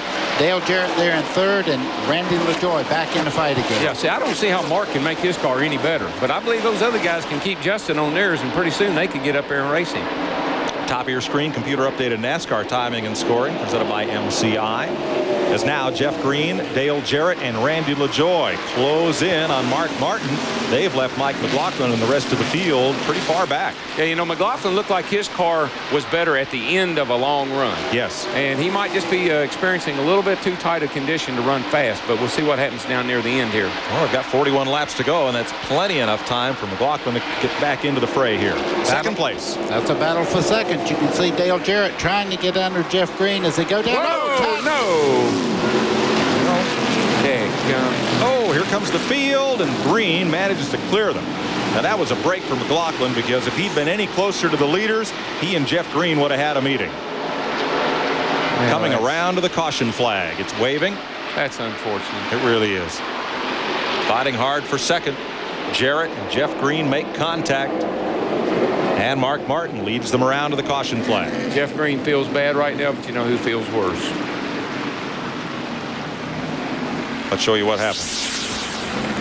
They're just racing off down in that corner, and you see Jeff Green was turning down in the corner to get as low as he possibly could. He get in. Jarrett was there. They make a little contact, and away goes the 8 car. Jeff Green right into the wall on the driver's side. A lot of damage. Yeah, that's a hard lick. Hard to tell if Jarrett could have been any lower, but certainly you're not going to give a guy a lot of room. How I always look at that, everybody says, well, he cut down on him. I said, yeah, but he's got to make the turn. You know, he can't keep going straight. You got to turn sometime. So it's a racing incident, and you can't blame anybody. Nope. If Dale would have let up a little bit, Jeff would have got in. If Jeff would have backed off a little bit, Dale would have gone in. So it's a judgment thing, and they made a bad call, bad decision. So Jeff Green is on pit road. Had a shot at the win here today. We'll be right back to Rockingham after this.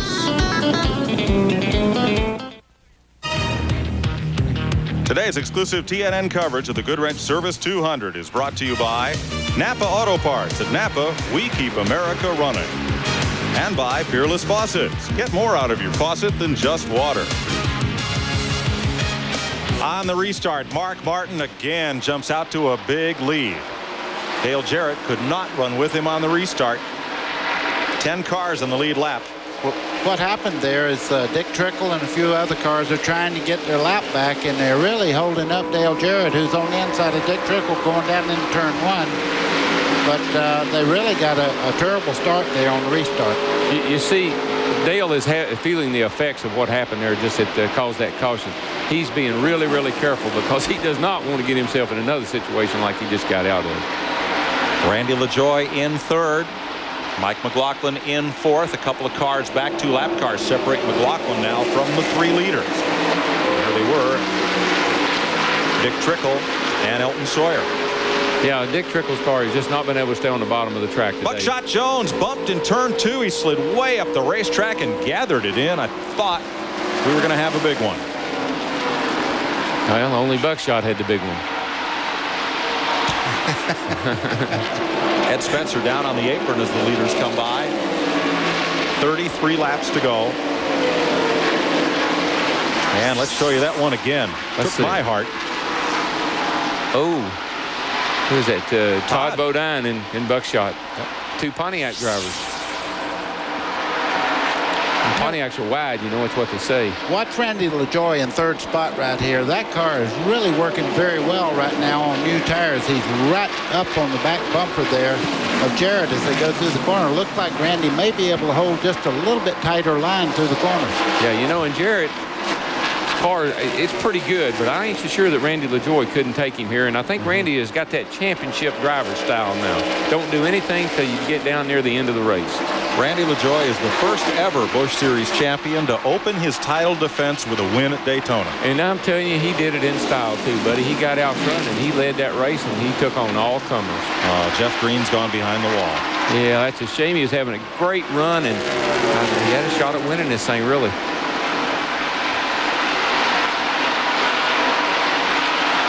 Well, they are catching Mark Martin. One thing I noticed, though, I was talking about Jarrett running a little bit higher on the racetrack. All of a sudden, it was like he could hear almost what we said up here. He changed his line a little bit and went right down on the white line with the left side tires. Yeah, sometimes, buddy, you know, we've only run a few laps here. He has to wait for that air pressure to build just a little bit because they run the air pressure absolutely on the minimum because you get such big build up here with the tire wear we get. 3 abreast. Buckshot Jones, Hermes Sadler in the 147, Jeff Fuller. Here comes Glenn Allen. Glenn Allen liked to bump somebody else for a change. He got rattled. Yeah, he did. First part of this race, he got rattled by everybody that passed him. Well, he sure did. He's in the right place now down on the inside. He used up the left side. I'm going to use the right side a while. Jarrett's there. Jarrett is there, and the question is, does he have enough or not? Mark is such a cagey driver in this race at this track. He may let Jarrett get by him. I saw him do it here last race, and we thought Jarrett might have a shot, but when there's about 10 to go, Mark gassed her up and went on back home. Mark's not getting off the corner at all right now, as you see Jarrett take the lead there as they go into turn 3. I don't know, buddy. I think. Okay, we'll see. I think the little guy's playing games, to tell you the truth. You do? You think he's peddling it? Yeah, I do. The fire's coming out of him. When the fire starts coming out, it means he's backing off of it a long time. So Jarrett's at the front. Mark Martin in second. There's Randy LaJoie in third. And Glenn Jarrett is with Jeff Green. And Jeff Green sitting dejectedly. Jeff, you had an awfully good race car. Your view of what happened? Well, I seen Dale up under me there, you know. I didn't think he was enough to cause. I guess he thought he was, so he got into me. Maybe he thought I should have gave him room, but man, there's 30 or 40 laps to go. We're all out for all we can get. Got off a good race car, had off a good race car. Had a car to win the race, I think. Didn't see the end. Trouble in the back straightaway. Got trouble. One car spinning to a crash in the back straightaway, and caution is out. It's the Lysol Pontiac of Tracy Leslie. Oh, it's a shame. He was having such a good run, too. Yeah, you can see the left side tire is flat there from spinning, and the back end of the car, Tracy Leslie, really stoved in there. Yeah. My heart breaks for Jeff Green. Me too. I mean, how would you like to have Glenn Jarrett come over and interview and ask you if his brother run into you or not? That's pretty big, isn't it? That big shadow hanging down. You've got a brother too. No. You can see he loses control hard into the outside wall. The back flies up in the air. He was really lucky nobody collected him as he come off turn 2. But that car is going back to the garage area.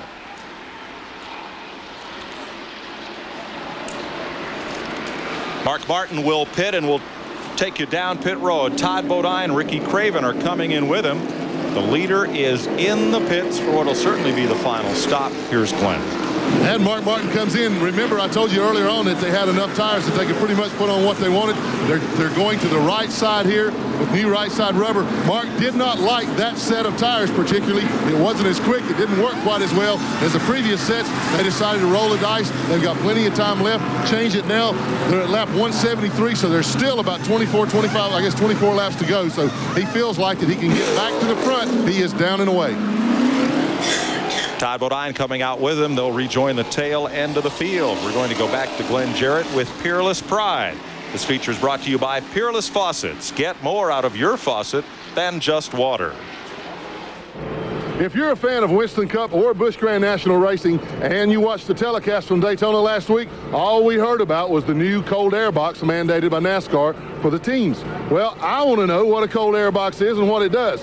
Jeff Hensley, owner and crew chief of the number 63 Lysol Pontiac, is going to tell us that. Well, the cold air box it's basically that's what it is, a cold air box. The engine can pull cold air from the base of the windshield here into the cowl opening.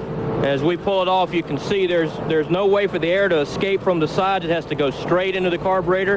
There's no hot air that comes in from under the hood. And it does two things, too. On our Pontiac, it helps front downforce, and that's been sort of a problem for us with the new Pontiac. And we get two advantages from it. More horsepower for more cold air and more downforce, and helps the handling of the cars. The theory is that cold air will create more horsepower, but as Jeff says, it affects the chassis, the handling on the car. It's optional here at Rockingham. Most of the teams are using the cold air box today. We're back under green, under caution. Randy LaJoie, Mike McLaughlin, Hermie Sadler all came in, took on tires. All but Sadler were on the lead lap. 10 cars on the lead lap. Mark Martin trying to fight his way back to the front. Dale Jarrett's the leader. Elliott Sadler in second. Great run for the rookie. Phil Parsons in third, and Mark Martin's fought his way back up to the fourth spot, working low on the racetrack, buddy. Mark Martin is absolutely flying as you see him going by right here down the back straightaway. This is a lap car that he's going by on the inside. Watch in the corner here. Elton Sawyer, look how much the new tires do in the corner. A full car length through that one corner. Yeah, we were talking about new tires make you like Superman. Well, he didn't need much help. Here's LaJoie back here who took new tires as well, and he's not making the progress that Mark is. Well, Chad Little, why did leader Dale Jarrett not stop on that caution? Well, I was talking with John Irvin, who's the crew chief for Dale Jarrett, and I said, John, how come you guys didn't come in? Are you out of tires? He said, no, we weren't out of tires. I just plain miscalculated. I didn't anticipate that today there would be so many cautions, and I didn't have another set of stickers. They didn't want to put on scuffs, which they have here in case of a flat tire, but he just plain miscalculated today, and he's hoping now that it won't bite him at the end of the race. So Jarrett has track position, but Martin is now snuggled up against the bumper of Phil Parsons. Second, third, and fourth closing up behind Dick Trickle. Here comes LaJoie in 74, but he and McLaughlin not moving forward that fast. Well, they're fighting for position, and they're also trying to fight through this lap traffic right now, and they're really, really caught up right at the moment. Yeah, Mike and Randy almost got together off of turn 2 over there the last lap. Third place. Martin's Ford, the Winn-Dixie car underneath Parsons, takes over third. Phil driving his heart out, but boy, I tell you, when you take on right side tires here with a few laps to go, you can see what a great advantage. Not faster down the straightaway, but when they hit the corner, you can just see him move away. Mark pulls down on Elliott Sadler. Almost got into him there going into one. They are close at turn 2. Second place is the battle. Sadler, what a great run he's having today, Steve.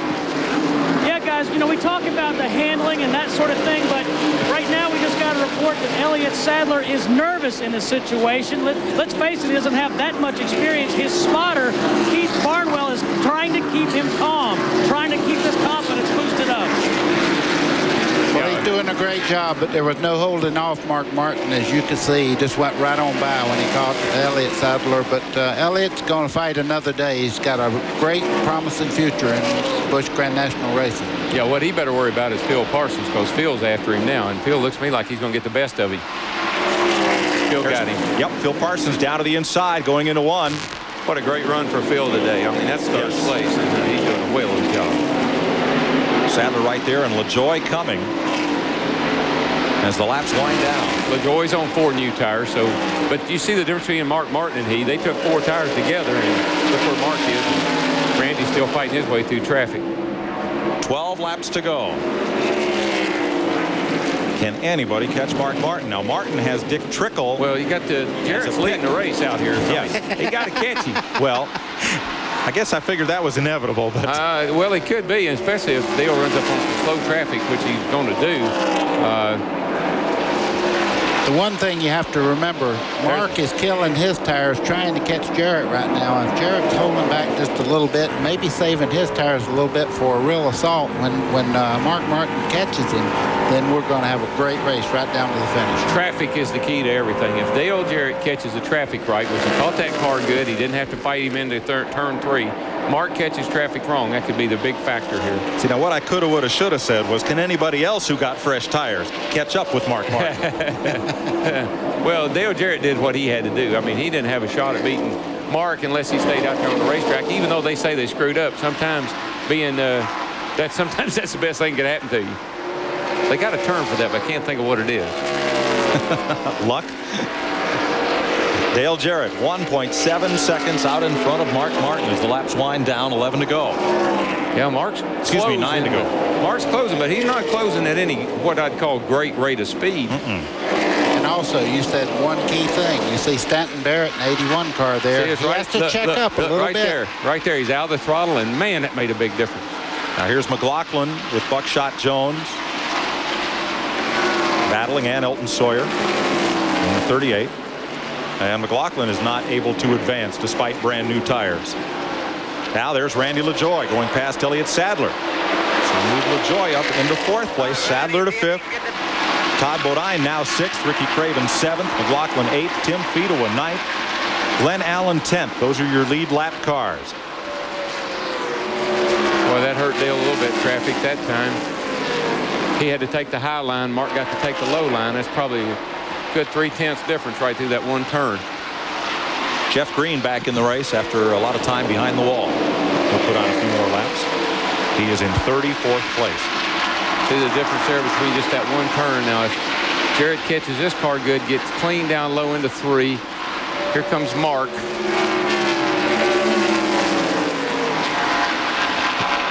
He is closing.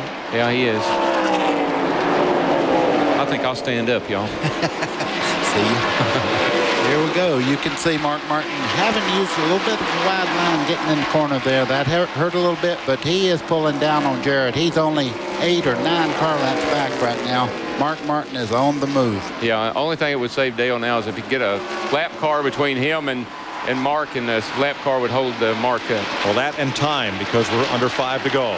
Randy LaJoie. Oh, this is big right here now. This is big. Pulls past Phil Parsons. Whoa, well, it wasn't that big. He was talking about Mark Martin getting a little break in traffic. So LaJoie moves up. That's 3rd place. Not a thing in the world Phil Parsons in the 10 car could do when LaJoie started by him, because he's on fresher tires. Yeah. Phil Parsons is just a sitting duck there. Looks like 3 laps to go. Looks like maybe not enough time. No, he's going to smoke right on by here. Probably the next, coming off turn 4, more than likely. Boy, I tell you, the fat woman hadn't sung yet. Right. Let me tell you, that 60 car is moving up on Jarrett. Right now, as they head down towards the front straightaway, you can see he's literally 2 car lengths back. Yeah. But he's only got 2 laps to do it. That's enough. Yeah, He's just getting a better bite up off the corner. That's going to be the deciding factor right about in here.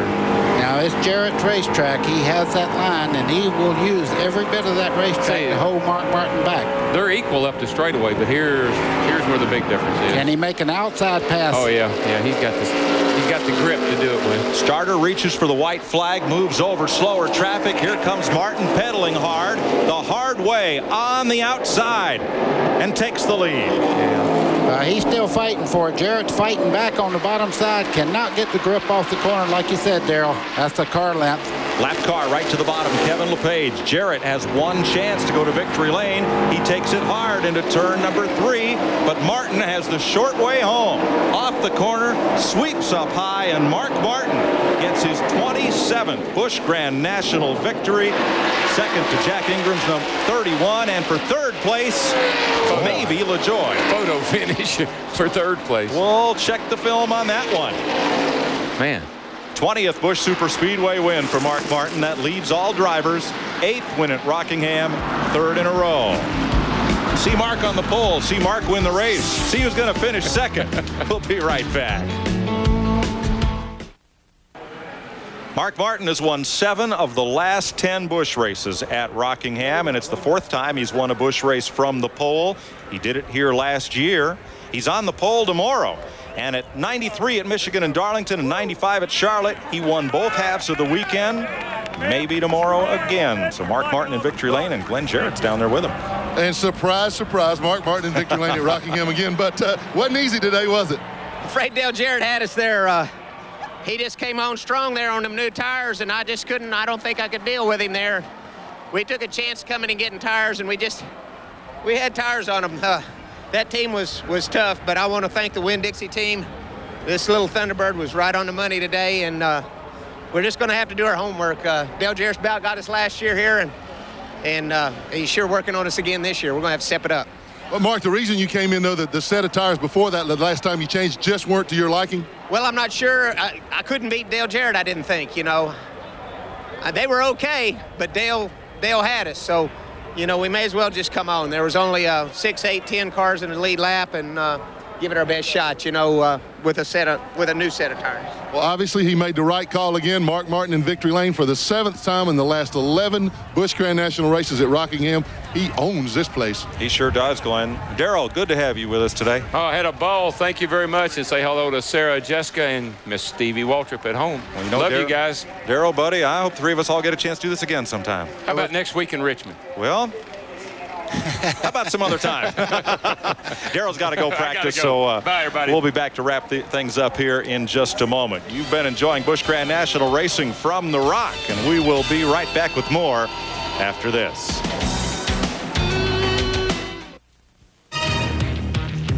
Today's exclusive TNN coverage of the Goodwrench Service 200 has been brought to you by Haviland Formula 3 Motor Oil.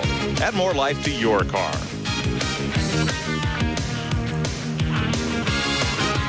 Coming up next, NASCAR Garage takes you behind the scene of the sport, followed by Shade Tree Mechanics. Sam and Dave show you how to do some tips and tune-ups and work on your own car. Let's go to Chad Little. Well, thanks, Mike. We're down here with Dale Jarrett, second place. Tell us about that last lap, Dale. Yeah, you know, I gave Mark the outside, thinking that I'll make it race him even down into turn 1, and I could beat him off at turn 2, and just didn't happen. My tires were worn, and he got the bite up off the corner. And you know, the thing that I hate most, not losing the race, that, you know, there's going to be other races. The deal with Jeff Green down there, I thought I was up beside him. Jeff tried to outbrake me into the corner, and I was still there and just barely touched him, and I hate it for him. I know he's needed a win, needed to run up front, and I hate I wouldn't have done that for anything in the world, but it happened. And you know, Mark just outsmarted us. He got tires. We thought we could get far enough ahead with our car, and just didn't work. Well, congratulations. Great run today. Back up to you, Mike. Thanks, Chad. Thanks for your help today. Mark Martin led 133 laps and wins by 0.28 seconds. He's led 409 laps in the last 3 Busch races here. Dale Jarrett second. Randy LaJoie continues a strong title defense. He's third and retains the point lead. Phil Parsons fourth. Great rookie run for Elliott Sadler. He'll move ahead of Steve Park perhaps in the Rookie of the Year battle. Ricky Craven sixth. Todd Bodine seventh after second last week. Mike McLaughlin 8th, Glenn Allen Jr. 9th, Tim Fedowa 10th. Those were the cars that finished on the lead lap. Looking back through these cars, we're 1 or more laps down. Back through Dennis Setzer there in the 20th position. Buddy, what a show, and it just goes to prove it's never over till it's over. I told you, nobody sang yet. I heard her clear her throat, but I guarantee you with a few laps to go there, Mark Martin is such a competitor here at Rockingham. He's kind of that way at Darlington also. This car, if it's running at the end, he's the guy you have to beat. Well, tomorrow, race day at 11:30 a.m. Then a TNN half-hour special on the start of the season. And at 12:30, we'll drop the flag on the Goodwrench 400. Mark Martin starts on the pole again tomorrow. Bobby Labonte lines up on the outside pole, and here's the car that will start third. Dale Jarrett with Daytona 500 winner Jeff Gordon fourth, Jeff Bodine fifth. Ken Schrader, Steve Grissom, Ricky Craven, Brett Bodine, and Ricky Rudd, the top 10 starters. Hope you'll join TNN Motorsports tomorrow for that. NASCAR Garage comes up next. Boy, 200 exciting miles today, and Buddy, 400 tomorrow. You guys have your work cut out for you. Well, this is the practice for tomorrow for me, but I'll tell you one thing. If you think it was good competition today, tune in tomorrow and really see the guys go at it, because it's going to be a tight race. For Chad Little, Steve Burns, and Glenn Jarrett, for Darrell Waltrip and Buddy Baker, this is Mike Joy. We've had fun sharing this afternoon with you. We'll see you again here sometime. Tomorrow, Winston Cup Racing live on TNN Motorsport. Be sure to tune in to the Goodwrench Service 400 tomorrow. So long for Rockingham.